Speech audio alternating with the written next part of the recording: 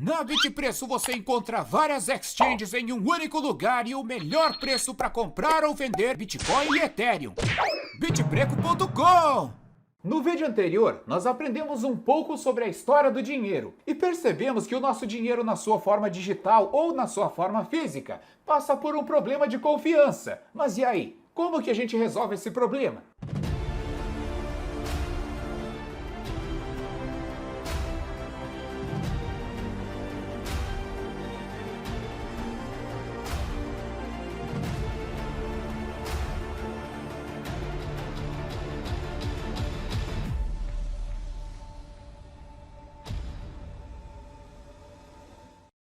Bem-vindos ao canal Voepa, o canal do velho mais doido da internet. Esse daqui é o vídeo de número 2 do nosso curso Bitcoin do Zero. Então, se você não assistiu o vídeo de número 1, esse daqui é o vídeo e ele vai estar na descrição. Então, nosso dinheiro hoje em dia passa por um problema de falta de confiança justamente por não possuir um lastro. Uma garantia concreta, como lá na época do padrão ouro, onde cada nota que era emitida tinha um lastro em ouro real. Então o lastro do nosso dinheiro hoje é a confiança do emissor, que no caso é o governo e o seu banco central. A falta de confiança nas nossas transações hoje em dia é tão grande, mas tão grande, que quase sempre nós precisamos de terceiros intermediando. E quando eu falo de terceiros, eu me refiro a serviços como aplicativos de bancos, cartões de crédito Visa, Master e até mesmo o PayPal. Se você fizer um pagamento peer-to-peer de pessoa para pessoa, utilizando aí o dinheiro físico, a história é outra. Mas agora, os pagamentos realizados no meio digital sempre exigem aí um intermediário. E isso não é legal. Por quê? Porque a privacidade é um direito do ser humano. Veja o que a lei brasileira fala sobre isso. A Constituição Federal traz em seu artigo 5º, inciso 10, que são invioláveis a intimidade, a vida privada, a honra e a imagem das pessoas. Vocês não acham que esse direito à privacidade deveria se estender ao direito a ter privacidade nas suas transações financeiras? Eu não tenho nada contra usar um serviço centralizado, até porque essa é uma das poucas alternativas que nos restam, mas eu não gosto da ideia de termos apenas opções centralizadas para enviar ou receber dinheiro. E é aí que entra o Bitcoin e as outras criptomoedas. Estou trabalhando em um novo sistema de dinheiro eletrônico que é completamente peer-to-peer, sem nenhum terceiro de confiança. Essa frase foi dita no dia 31 de outubro de 2008 por um anônimo chamado Satoshi Nakamoto, em um grupo de discussões conhecido como The Cryptography Mailing. The Cryptography Mailing. E como é que foi que eu disse? De Cryptography Mailing. E como é que é? The Cryptography Mailing. E como eu disse?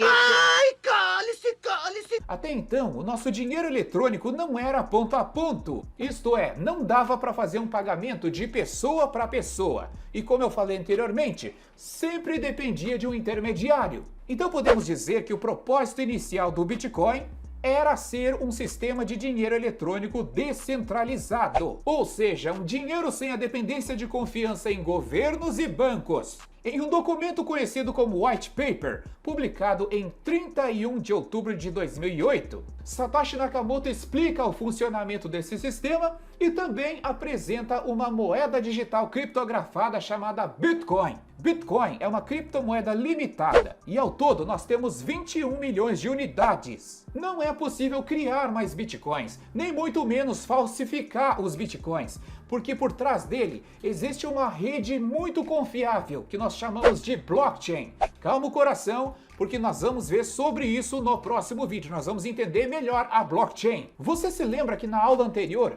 eu mencionei que a impressão descontrolada de dinheiro gera inflação? Pois é, o nosso dinheiro hoje é inflacionário. Porque não existe um limite de emissão, um limite de criação de novas cédulas. Já o Bitcoin é o oposto de tudo isso, ele é deflacionário. E no longo prazo, ao invés de perder valor, ele aumenta o seu poder de compra. No dia 3 de janeiro de 2009, Satoshi Nakamoto criou o primeiro bloco do Bitcoin, conhecido como bloco Gênesis, e nele continha a seguinte mensagem: Chanceler, à beira de um segundo resgate para bancos.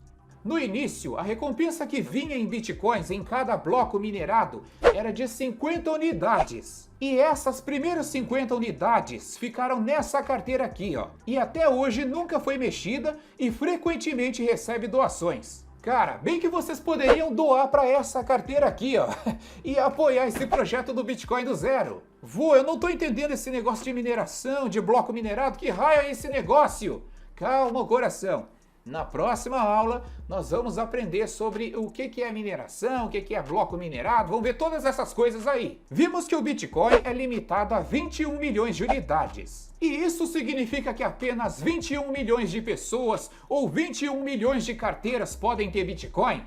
Não, porque o Bitcoin é divisível. Assim como nós temos as nossas frações de centavos na nossa moeda, o Bitcoin também possui as suas frações, e essas frações nós chamamos de satoshis. Por exemplo, R$1 é R$1, 90 centavos é 0,90, 50 centavos é 0,50, 1 centavo é 0,01. No Bitcoin, as frações funcionam assim, sempre contando com 8 casas decimais depois da vírgula. Um Bitcoin equivale a 100 milhões de satoshi. 0.001 é 1 milhão, 0.0001 é 100 mil e assim vai. Olha só essa tabelinha que eu criei para vocês. Vou deixar na descrição do vídeo para você baixar. Caso você tenha dúvida de como fazer essas conversões, acesse o site da CoinGecko, que lá é bem fácil de você fazer isso. Ah, eu não posso esquecer de dizer para vocês que a principal sigla do Bitcoin é o BTC. Cara, é tanta cor, tanta informação que eu tô passando para vocês,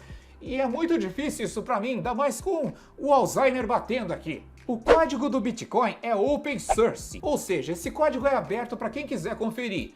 Grave bem essa palavra, open source, porque ela é muito importante. A primeira transação de Bitcoin aconteceu no dia 12 de janeiro de 2009, onde Satoshi Nakamoto enviou 10 Bitcoins para Hal Finney. Isso mesmo, Hal Finney foi o primeiro usuário de Bitcoin do mundo. Até hoje, ninguém sabe quem é Satoshi Nakamoto. Não se sabe se é uma pessoa ou um grupo de pessoas, mas tem 2 fortes candidatos a Satoshi Nakamoto. Um deles é Nick Szabo, por possuir um projeto muito parecido com o Bitcoin, chamado de BitGold. Ou até mesmo Hal Finney, que era um dos colaboradores mais próximos de Nakamoto na construção e revisão do código do Bitcoin. Na minha opinião, você quer saber quem é Satoshi Nakamoto? Eu vou revelar aqui agora para vocês. Rufem os tambores! Satoshi Nakamoto é Craig Wright!